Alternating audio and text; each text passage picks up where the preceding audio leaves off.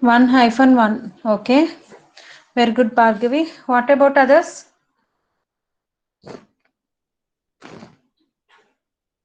One hyphen one, one hyphen one. Everyone got one hyphen one. Okay, let's see. So initially I value equal to 1, j value equal to 1. There is no initialization step. So okay. Move on to the condition. 1 less than or equal to 1. 1 less than or equal to 1? Yes, true. So then it will move on to the for loop body, but there is no body. So again it will come back to the updation portion. So here in the updation, what happened? Here we have written some println function. So there we are printing both I value and the j value. So here I value is 1 hyphen j value. What is j value? J value is 1. So after placing the value, here we have post increment. So first we need to place the value here, then we need to increment the value to the next value. So j becomes 2. After completion of updation, again we will go back to the condition. 2 less than or equal to I. False. So we will come out of the loop. So what will be the answer? 1 hyphen 1. Any doubts? Norma, we don't get 1 hyphen 2 because it's a post increment.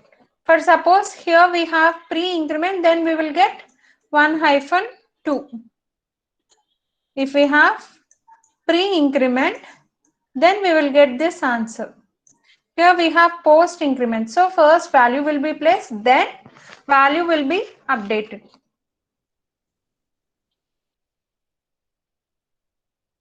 Anyone have any doubts? So let's go for the next question. Here they have given some integer values. Comment about the output of the given two statements. For suppose if I calculate these two statements, tell me what are the comments, whether they are differ by 10 or same, differ by 20, differ due to left and right precedence.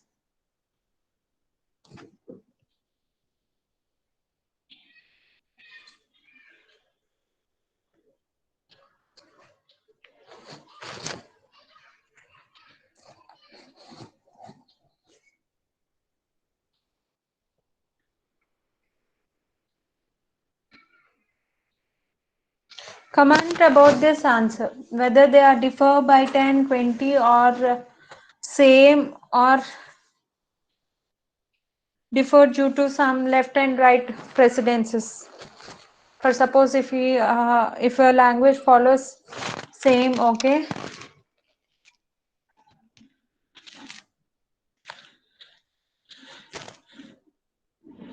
Very good. Charan Sali. Okay, ma. Most of you answered it as B. That means same. Yes. So here both will have same precedence. So whether we can, first multiplication or division operator, whatever we have done, there is no much difference. We'll get same value here, either here. So whether we will follow left associative or right associative, anything, we will have the same output. For suppose if this plus is replaced with either star or by, then we have to think about left and right precedence. Here we have plus, which is less precedence when compared to star and by. So there will be no change in the output. So option B is correct. Very good, ma. Look at this syntax. There is some error in this following syntax relating to default arguments. What is the error present? In which of the following syntax you can see some error?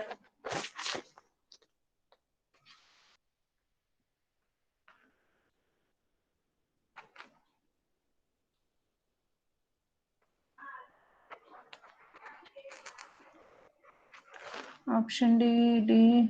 Okay.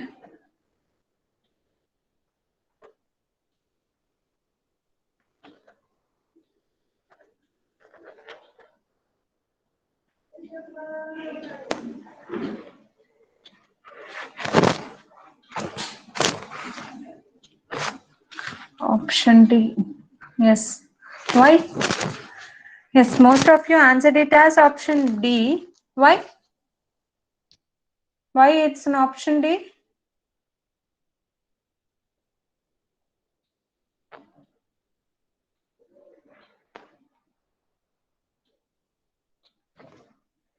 Precedence is from left to right to left. Declare variables from right to left.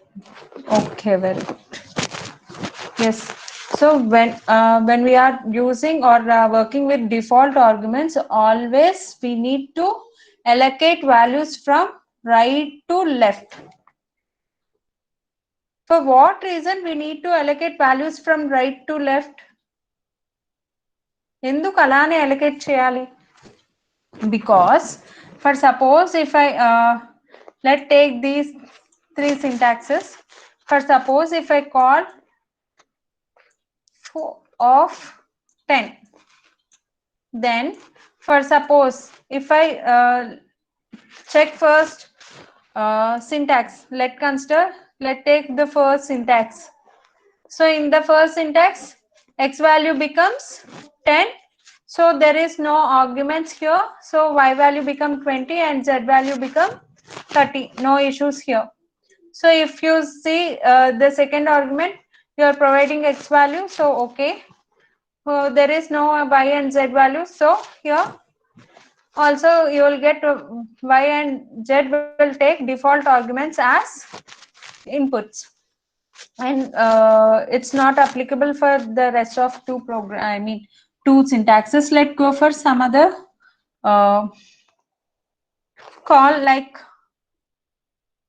of 15 30. Now if I call in this way, what happened? If I call in this way, if I consider the first syntax, what happened? If I consider first syntax, what happened? X value becomes 15, y value becomes 30, z value, there is no value for z, so it will consider the default value, so 30. In the same way, what happens with the B syntax? So x, we have provided x value, then y will be considered as 30. Z, as we have not provided any values, so it will consider as 30. Let's consider option C. X is equal to 15, y becomes 30, z. So here there is no value for z, so it will take default arguments.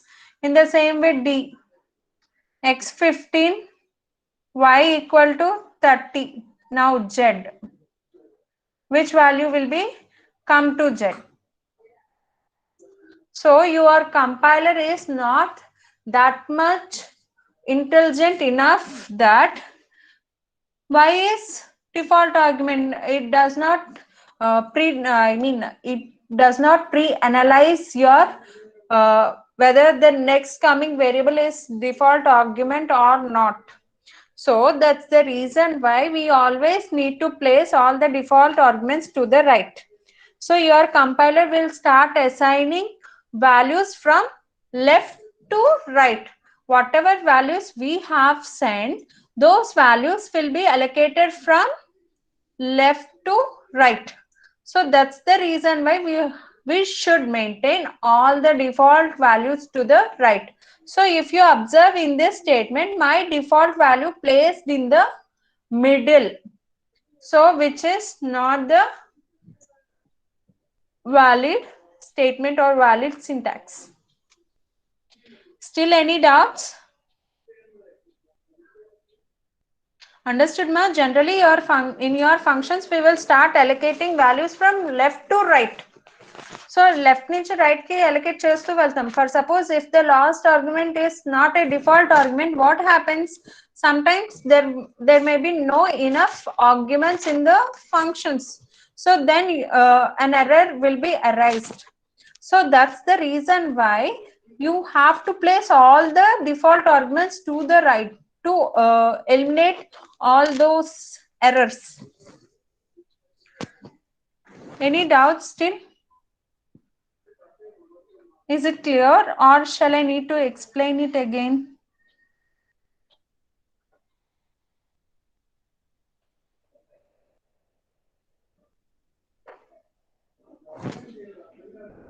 Ma, clear or not? Anyone? No, ma'am. Not clear. Clear. Okay. Let's go on to the next question. One basic question, ma. Simple theory bit. Implementation of stack using linked list, where we need to insert a node, whether it is node inserted from the end and deletion from end, insertion from beginning, deletion from end, insertion from beginning, deletion from beginning, insertion from end, deletion from beginning. Which order we need to follow in the stack? For suppose it's my stack. Here we have some nodes. For suppose I got a new node. Which position I need to add this new node? This is, let's consider this is new node. I need to add this new node to the stack, whether I need to add it to the end or add it to the beginning. In the same way, for suppose if I want to delete a node, shall I need to delete the first node or last node?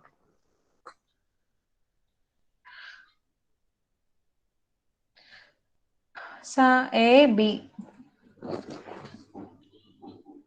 Done from the end, deletion from the end. Okay. Other beginning, deletion from the end.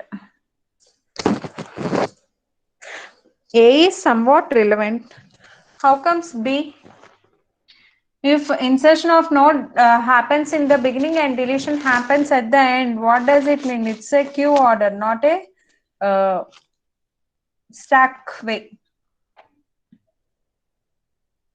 Insertion at the rear position, deletion from the front position. It is an order of queue, not stack. It's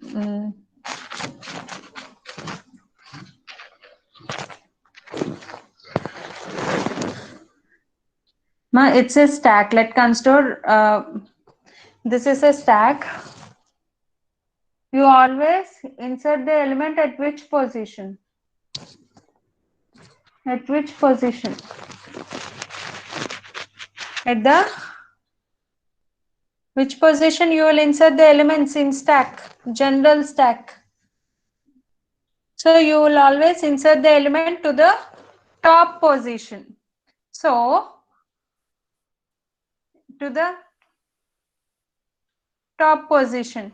So in the same way, if you are working with the linked list, what happened? The top is always pointing to the beginning. It never points to the end. So always insertion happens or deletion happens only at the beginning position. That means only at the top position. So the answer is C. We know, let's consider stack. మనం stock ఇక్కడ ఉందనుకోండి ఎంటీగా, మనం ఇక్కడ దాకా check చేసుకుంటూ last లోకి వెళ్ళి add చేయము కదా. We always add to the top position. So while implementing stack using linked list, we will remember the top position only. So the answer is C. Ardhamainda? Did you understood, or you have any doubts? Once, ma'am. Okay. Let's clear all this.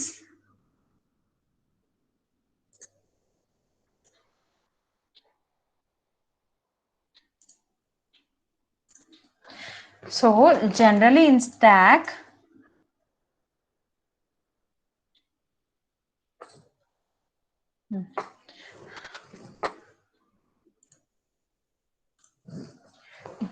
so generally stack Let consider normal stack ma.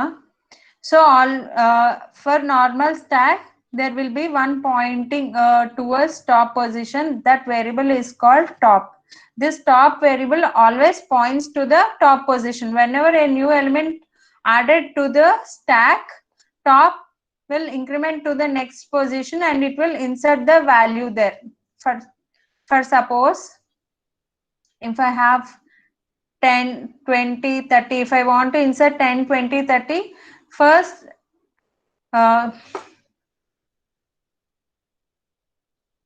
okay, let's take one more step. So generally your top position will be at the -1 position. Whenever I want to insert a new element, your top will be incremented and then you will insert the value at the top position. Again, if I got next value, again you will increment top position to the next position, then you will place the next value. Whenever you encounter next element, again you will increment the top position and you will place the value there. Understood? In the same way, when you are working with linked list, if top pointing to the empty node, then what you will do? Whatever the value that was encountered, you will consider it as top. So whenever you got a new value, what you will do? You have to remodify this top position to the new node value. So ఇక్కడ top ఎలా అయితే increment చేస్తున్నారో, whenever you got new value or new node, you have to link that new node with the existing top position and you have to change the top position to the current new value. Again, whenever you encounter the next element, again you need to relocate the top position to the starting point. So that's the reason why always stack will insert the value at the beginning and delete a value from the beginning. So నేను ఇప్పుడు delete చేయాలనుకోండి, top value నే delete అవుతుంది కానీ bottom value delete అవ్వదు కదా. In the same way, whatever the value it is pointing, it will remove that node and it will move to the next node. Still any doubts? Still I need to explain you in some other way. No problem ma, if you didn't understand I will explain you in different way by taking some other example.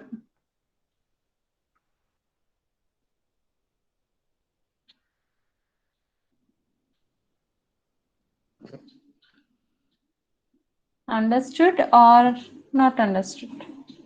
I think I made it a bit clumsy.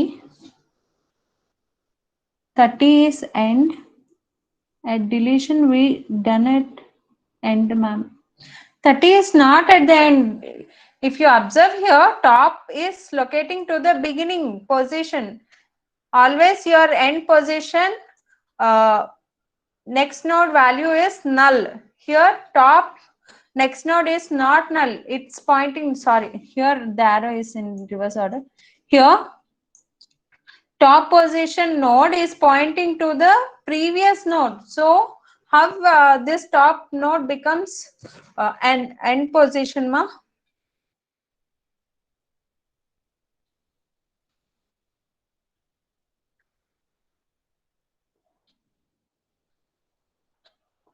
Okay, still any doubts ma?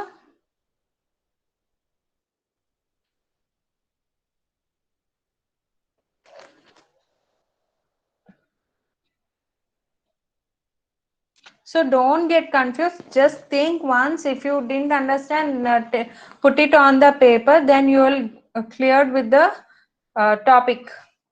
Never we don't add top to the next position. ఇలా రాసి linked list ఇలా place చేస్తే మళ్ళీ ఇక్కడ last లో add చేసుకుంటూ వెళ్ళాం అనుకోండి, టాప్ ఇక్కడ ఎక్కడో చూపియాలి, ఇక్కడ మళ్ళీ స్టార్టింగ్ పొజిషన్ ఇంకో వేరియబుల్ తో స్టోర్ చేసుకోవాలి. But in stock we don't have two variables concept, we have only one variable concept, that is top.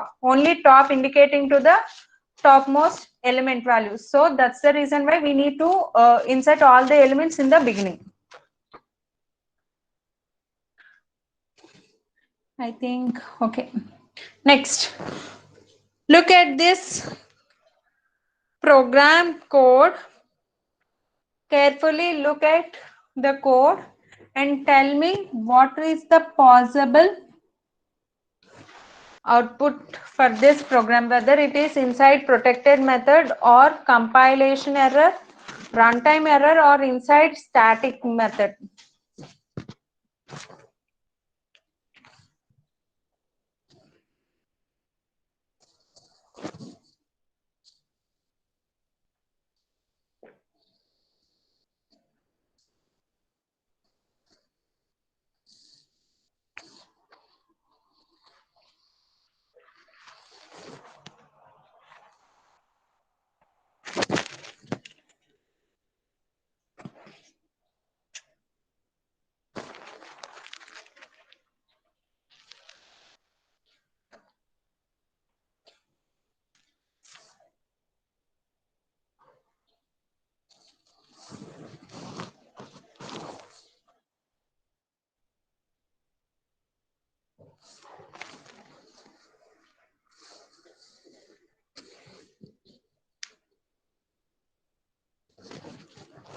Option B, compilation error. Why? Why it's in compilation error?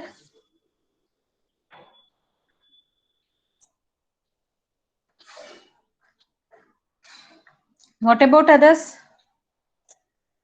Static methods called using class name. Very good, ma. Very good. Yes, that's the reason why it is compilation error. So always we need to call the static methods with the class name. We should not call it with the object name. Yes, that's the reason why option B is correct. No need to check which add function will execute. No need of checking all those things. Here you can directly say add function is a static method. So always we need to call that method using class name. We should not call it with the object name. Very good. Next, match the following. If you found answer in the option, tell me the option which is correct. If you don't found the answer in the option, tell me the what is the correct option for this. I think you know what is ceiling and what is floor.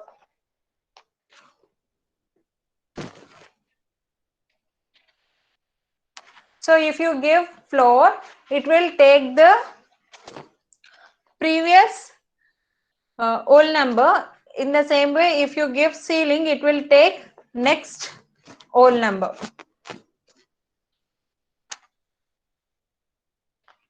And power function will perform power of the given two numbers, that is for suppose 2 power 5.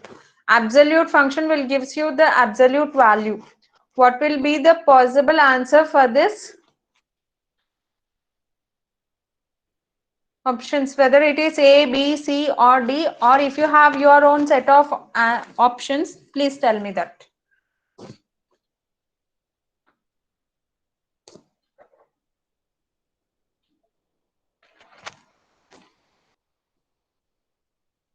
Option C. Okay.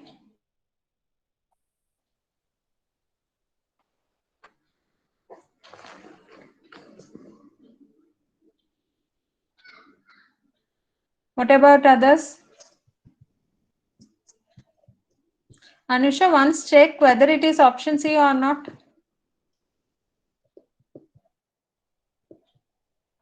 Wrong, ma'am. Then what will be the possible answer?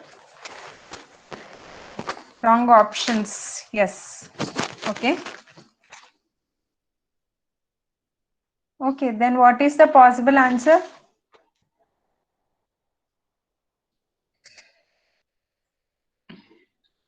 4, 3, 32, 12. Okay. 4 point something. Ceiling means you need to take next higher, next whole number. So 3.6. What is the next higher whole number? That is 4. Floor means you have to take the previous whole number. That means 3.6 ki previous whole number emuntadi 3. Next, 2 power 5 means 32. Absolute of minus 12. What happens? You will get a value in positives, that is 12. So the option is 3. So A matches to 6. A matches to 5, B 2, C 1, D 3, which is not there in the options. The exact answer is A5, B2, C1, D3. Okay. So if there is any these type of questions, they will give you marks. No worries at all. Next, construct post-order traversal. Post-order traversal for constructing tree, which is given in order and pre-order traversal. In order, pre-order traversal literature, you need to construct post-order. What do you mean by in order? What do you mean by in order?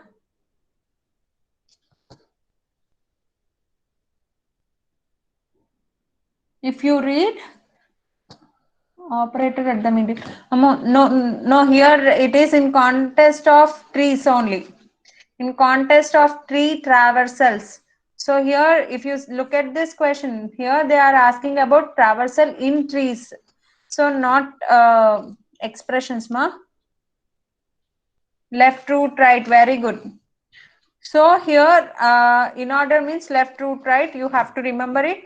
Pre-order means in order,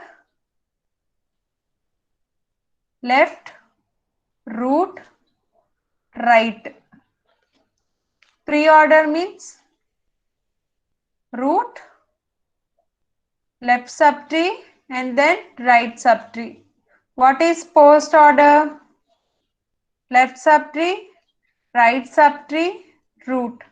Based on these three things, you have to extract what is post-order. Option A.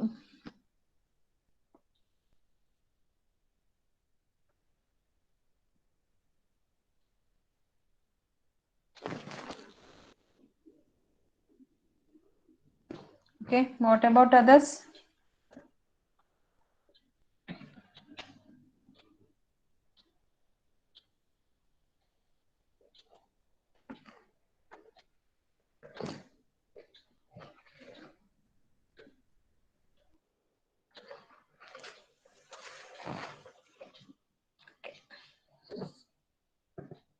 Are you trying or you just leave it? Yes, option A.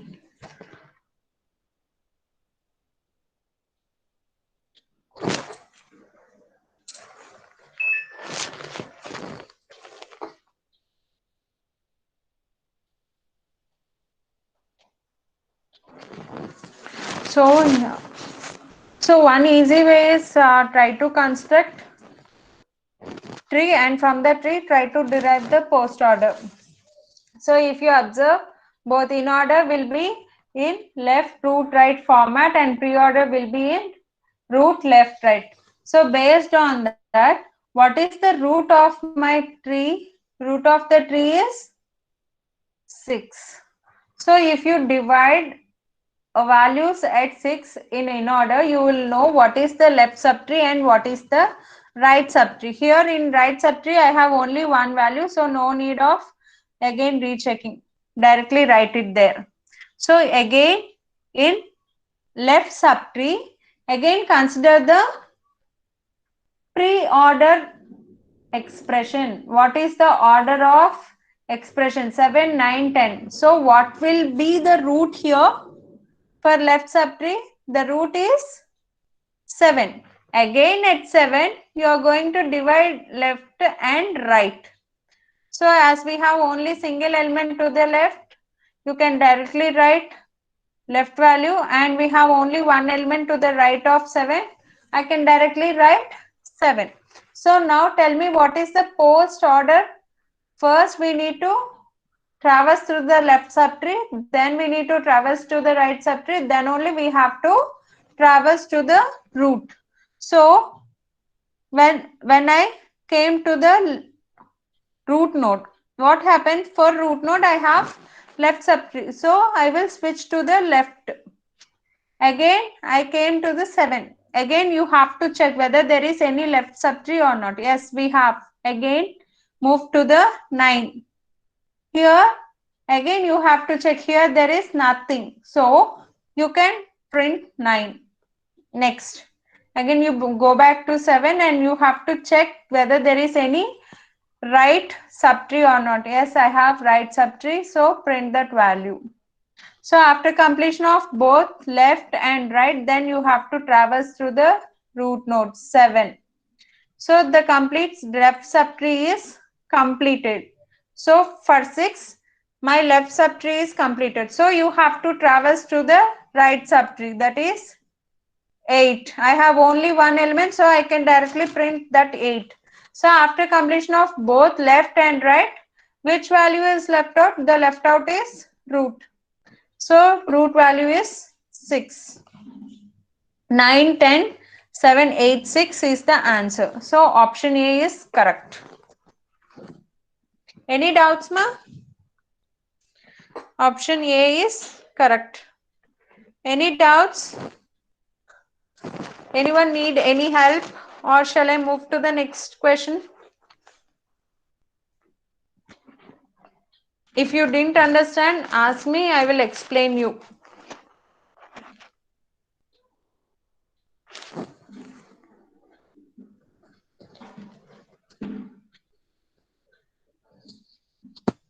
Okay. Next question.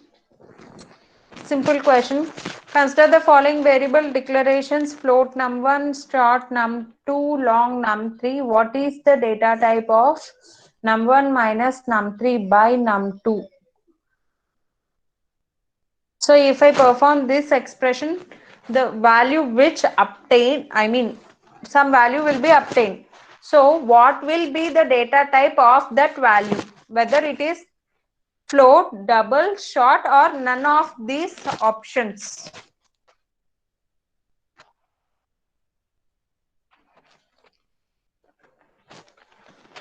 Option B. Okay. What is option B? Float. Okay. What about others?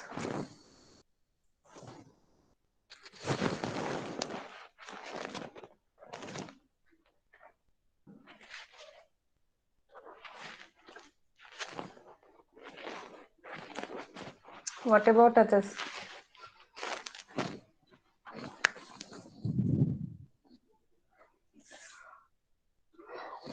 Implicit conversion from lower data type to higher data type. Okay, very good. Yes.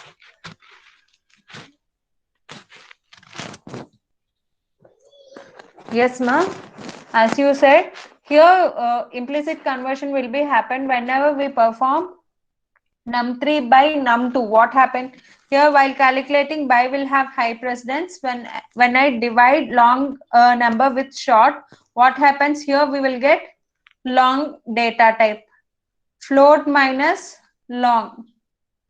So again, when I performing float minus long, again this long will be converted to the float type, higher type, that is float. So the answer is float. Option B is correct.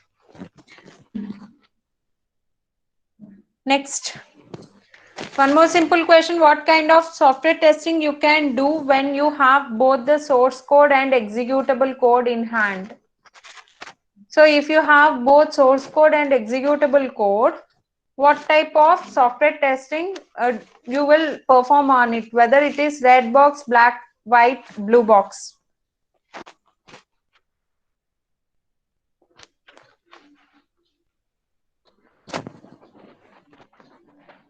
White box, okay.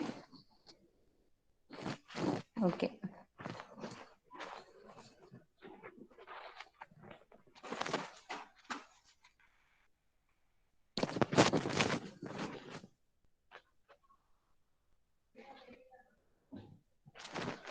Yes.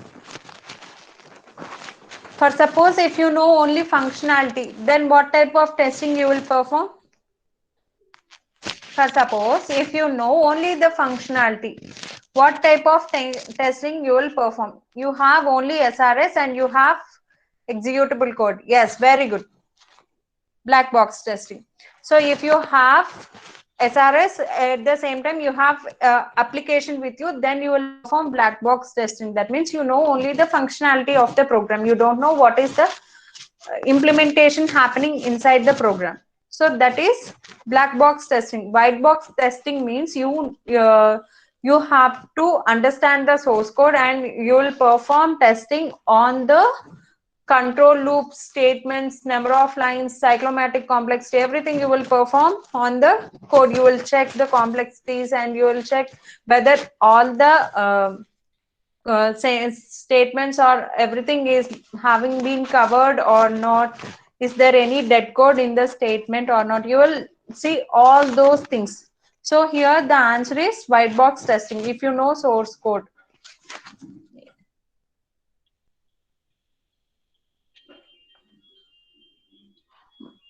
My source code means for suppose how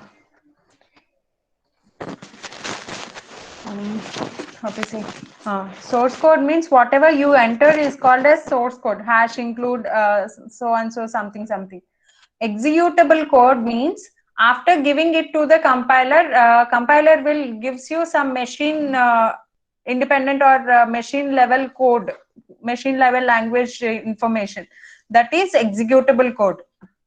It is not understandable to the humans. So if you click on any C program which you entered, మీరు compile చేసిన తర్వాత ఆ C program అనేది .exe files ఉంటాయి. If you open that file, you can't able to read that file. There is some different language which is not understandable to you. So there is some symbols, smileys, some other symbols are seen in that executable code. It is understandable only to the machine. Source code will be understandable to the humans, whoever entered that code. అర్థమైందా? Dot class files, dot exe files అవన్నీ executable codes అని. Source code అంటే what ever code you have entered.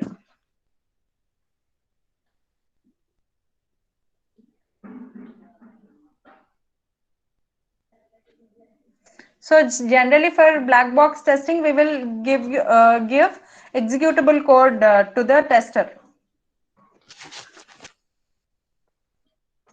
Still any doubts, ma? Any doubts in today's class? Okay, ma, if you don't have any doubts, I will stop this class right at this question, and we will continue in the next class.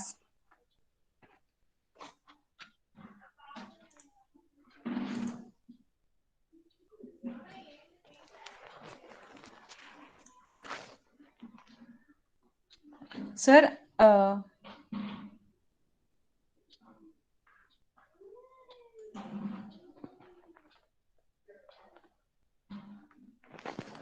Sivnak sir.